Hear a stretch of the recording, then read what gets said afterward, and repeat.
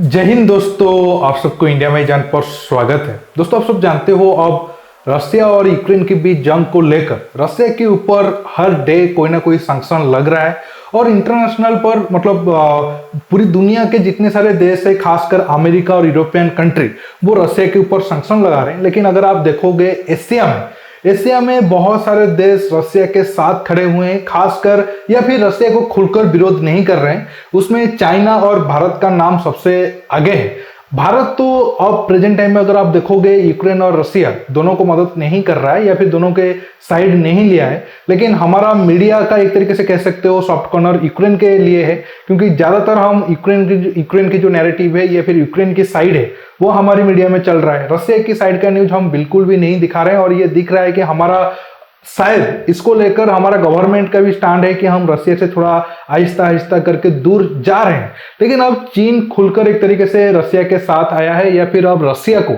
चीन की ज्यादा जरूरत है। इसी वजह से अमेरिका समेत यूरोपियन कंट्री अब चीन को एक तरीके से वार्न किए हैं कि वो रसिया का साथ ना दे। लेकिन कुछ बड़ा न्यूज कल निकल कर आया था। बड़ा न्यूज ये है कि अमेरिका का पेंटागन ने ये दावा किया है अब रसिया चीन से मिलिट्री एड या फिर मिलिट्री तौर पर मदद मांगा है। अब अगर ये न्यूज सही है तो ये भारत के लिए बहुत ज्यादा खतरनाक होगा। इसके साथ साथ बहुत सारा सवाल है। रसिया एक हम आज तक ये जानते थे अमेरिका के बाद अगर दुनिया में कोई मिलिट्री सुपर पावर कंट्री है वो है रसिया। तो फिर रसिया को चीन किस तरीके का मदद करेगा? अगर ये न्यूज सही है, अगर ऐसा न्यूज सही है, अगर हम मानकर चलते हैं कि अमेरिकन मीडिया में जो आया है ये प्रोपेगेंडा नहीं है, सही न्यूज है, तो फिर ये भारत के लिए आगे बहुत ज्यादा टेंशन को बढ़ाएगा। क्योंकि अगर रसिया जैसे देश चीन से मदद मांग रहा है तो नो डाउट हमारे खिलाफ आगे जाकर मुश्किल होगा। ये सारे टॉपिक पर मैं आपको डिटेल्स में बताऊंगा। जानने के लिए आप आखिर तक ये वीडियो को देखते रहिए और ज्यादा से ज्यादा लाइक शेयर करना बिल्कुल मत भूलिए। Hey Mostbid family, best wishes on this amazing festival. Holi, the festival of colours. Be happy and be safe. दोस्तों, होली टूर्नामेंट मार्च 11 से 19 तक चलेगा। आपको ये वेबसाइट दे रहा है फास्ट डिपॉजिट में 25,000 तक बोनस और 20,000 तक प्राइज पूल भी आप जीत सकते हो। इसमें बहुत सारे कैसीनो गेम है और इसमें आप ड्रीम 11 जैसा फैंटेसी टीम भी क्रिएट करके खेल सकते हो। इसमें आपका फेवरेट पेमेंट मेथड के थ्रू आप डिपॉजिट भी कर सकते हो और पैसा भी निकाल सकते हो और आपको मिलेगा 60 रुपये तक कैशबैक। तो दोस्तों, आप जल्द विजिट करिए, लिंक पिन कमेंट पर मौजूद है। अब आप बीबीसी का हेडलाइन देखिए, Ukraine crisis, US wants China against helping Russia. अब दोस्तों, अगर हम ये न्यूज को देखें तो दो टाइप का न्यूज है। एक है कि शायद रसिया को चाइना से कुछ पैसे की जरूरत है जंग लड़ने के लिए, या फिर रसिया को चीन से कोई हथियार की जरूरत है। क्योंकि कंफर्म अब नहीं हो पा रहा है। कुछ लोग कुछ जो मीडिया है वो मिलिट्री एड के तौर पर अगर रिपोर्टिंग कर रहे हैं तो कुछ ओपन के तौर पर अभी उसे रिपोर्टिंग कर रहे हैं। लेकिन मुझे लग रहा है कि हथियार की बात करें, हाँ ठीक है, यूक्रेन की जंग में रसिया को बहुत ज्यादा हथियारों के नुकसान हुआ है। अगर हम यूक्रेन मीडिया की रिपोर्ट को माने, ये रशियन मीडिया का नहीं है, ये यूक्रेन के तौर पर यूक्रेन की मीडिया ये न्यूज दिया है और ये मार्च 9 तक है, 4-5 दिन पहले की ये डाटा है। तो उनके हिसाब से अभी तक 12,000 रसिया की सैनिकों की मौत हो गई है और 50 के करीब उनका प्लेन तबाह हो गया है।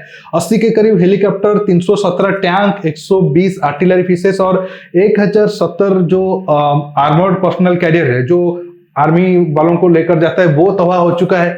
50 MLRS वो तबाह हुआ है, 2 बोट तबाह हुआ है, 482 कार्स, 60 फ्यूल टैंक, 7 यूएवी और 28 एंटी एयरक्राफ्ट वारफेयर के लिए जो मिसाइल इस्तेमाल होता है वो भी तबाह हो गया है। हालांकि ये यूक्रेन की तरफ से दिया गया डाटा है। हाँ, रसिया को तो नुकसान हुआ है, लेकिन बड़ा सवाल ये क्या सच में रसिया का इतना सारा नुकसान हुआ है और यूक्रेन जो क्लेम कर रहा है वो सही है? अगर आप देखोगे तो जो सच है वो रसिया की क्लेम और यूक्रेन की क्लेम में बीच में आएगा। यूक्रेन तो हमेशा बढ़ा चढ़ा कर बोलेगा और रसिया कोशिश करेगा कि वो ये लॉसेस को कम करके बताए, क्योंकि रसिया को लगता था कि ये जो यूक्रेन वाला जंग है ये इतना देर तक नहीं चलेगा। लेकिन ऐसा हुआ नहीं। जो वो जंग को आज से कुछ दिन या कुछ हफ्ते पहले खत्म करना चाहते थे वो आज तक इतना दिन खींच आया है और आगे शायद और ज्यादा लंबा भी जा सकता है।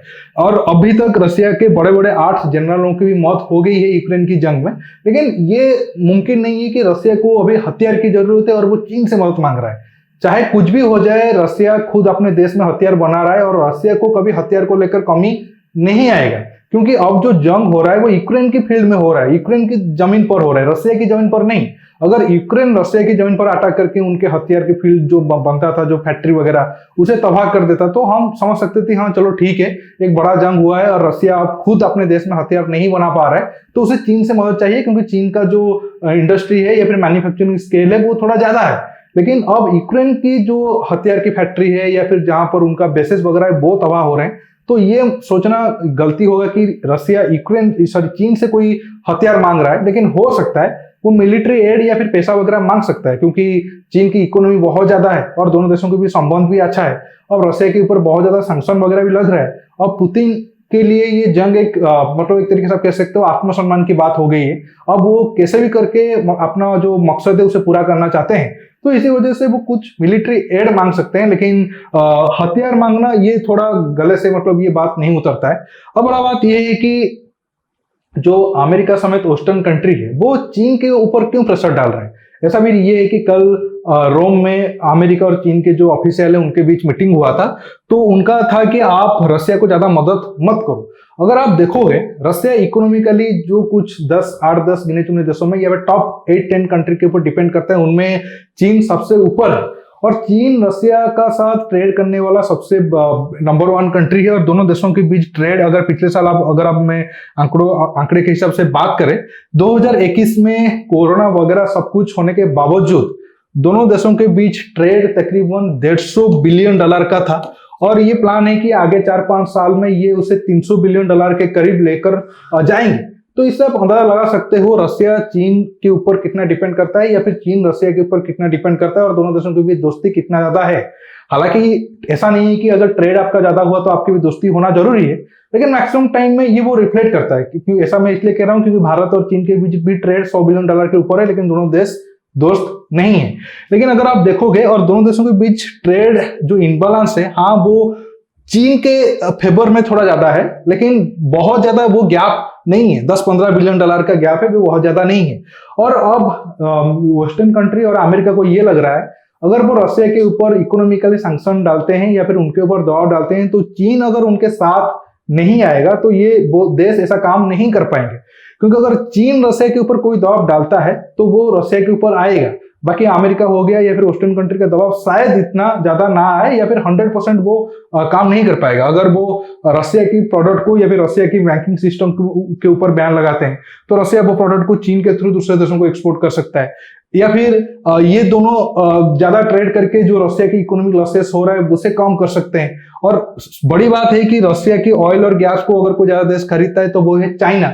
तो अगर चाइना तकरीबन $40 बिलियन का ऑयल और गैस रसिया से खरीद रहा है, अगर चाइना खरीदना नहीं बंद करेगा तो रसिया को ज्यादा नुकसान होगा नहीं। तो इस सारे वजहों से ये सारे देश चीन के ऊपर तो प्रेशर डालना चाहते हैं, लेकिन मुझे नहीं लग रहा है कि चीन शायद अमेरिका या फिर वेस्टर्न कंट्री के बातों में ज्यादा आए। हालांकि चीन के लिए ये भी चुनौती है, अमेरिका और वेस्टर्न कंट्री भी उसके लिए बहुत ज्यादा जरूरी है। ठीक है, रसिया के लिए चीन एक बड़ा ट्रेडिंग पार्टनर है, लेकिन चीन के लिए अमेरिका और वेस्टर्न कंट्री बड़ा ट्रेडिंग पार्टनर है। तो ये सारे देशों को मैनेज करके चलना चीन के लिए भी काफी मुश्किल वाली बात होगी। लेकिन ये दिखाता है अब प्रेजेंट टाइम में रसिया के लिए भारत से ज्यादा चीन एक बड़ा देश है या फिर इंपोर्टेंट देश है, या फिर चीन से उससे ज्यादा फायदा है। और आगे जाकर ये भी चुनौती रहेगा। और मैं शुरू से कह रहा हूं, रसिया से ज्यादा हथियार खरीदने से रसिया और हमारा संबंध ज्यादा मजबूती नहीं होगा, बल्कि हम रसिया के ऊपर ज्यादा डिपेंड करेंगे।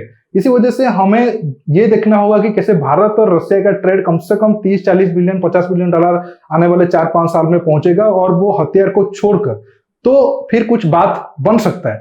अब आप ये सारे टॉपिक को समझ गए होंगे, और उम्मीद है अगर आप इस टॉपिक पर अगर कुछ अलग सवाल पूछना चाहते हो तो नीचे कमेंट बॉक्स में कमेंट करके बताइए। और ये वीडियो को ज्यादा से ज्यादा लाइक शेयर करने के साथ साथ आप मेरे चैनल को सब्सक्राइब करिए, और सब्सक्राइब बटन के पास जो बेल आइकन है उसे प्रेस करिए, ताकि आगे आप मेरे आने वाले वीडियो को मिस न कर सके। दोस्तों रुकता हूं, बहुत जल्द और एक नया टॉपिक के साथ मिलूंगा। नमस्कार, जय हिंद।